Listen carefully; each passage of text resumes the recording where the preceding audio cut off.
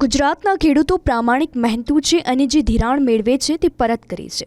ગુજરાતના ખેડૂતોને દેવાદાર કહીને દેશભરમાં બદનામ કરવાનું બંધ કરવું જોઈએ. આ કહીને સરકાર ભલે પોતાનો બચાવ કરતી હોય, પણ વાસ્તવિકતા એ છે કે ખેડૂતોની આવક નહીં પણ દેવું ડબલ થઈ રહ્યું છે. ગુજરાતના ખેડૂતોને છેલ્લા 3 વર્ષમાં 2,30,764 કરોડની લોન લઈ દેવું વધાર્યું છે. ખેડૂતોના દેવામાં દર વર્ષે સરેરાશ 15,000 કરોડ રૂપિયાનો વધારો થયો છે. આજે ગુજરાતમાં ખેતી કરવી મોંઘી થઈ છે. જંતુનાશક દવા, ખાતર, બિયારણ તો મોંઘા થયા છે, પણ સાથે સાથે ખેતમજૂરી પણ મોંઘી થઈ છે. પૈસા આપવા છતાંય ખેતમજૂરો નથી મળતા.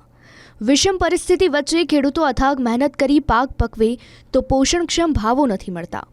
આ સંજોગોમાં જગતનો તાત એ આર્થિક રીતે બેહાલ બન્યું છે. હવે માત્ર સરકારી સહાય અને સરકારી લોન પર આધાર રાખતા હવે આંકડાઓમાં દેવાદાર બની રહ્યો છે ખેડૂત. ગુજરાતમાં કૃષિ ક્ષેત્રે એક દાયકામાં પ્રગતિ થઈ છે. ખેડૂતોની હાલત સુધરી છે. સરકારી યોજનાઓની ફાળવણી પણ વધી છે. આમ છતાં ખેડૂતોની હાલતમાં સુધારો થયો નથી એ રિયાલિટી છે.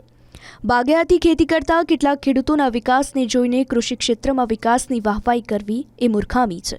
સરકારના પ્રયાસો યોગ્ય છે, પણ ખેડૂતોની સ્થિતિ સુધરતા વર્ષો લાગશે એ ભૂલવું ન જોઈએ. ખુદ કેન્દ્ર સરકારે જ ઘટસ્ફોટ કર્યો છે કે ગુજરાતમાં ખેડૂતોએ 21મી જુલાઈ 2025 સુધીમાં 1,44,330 કરોડ રૂપિયાની બેંક લોન લીધી છે.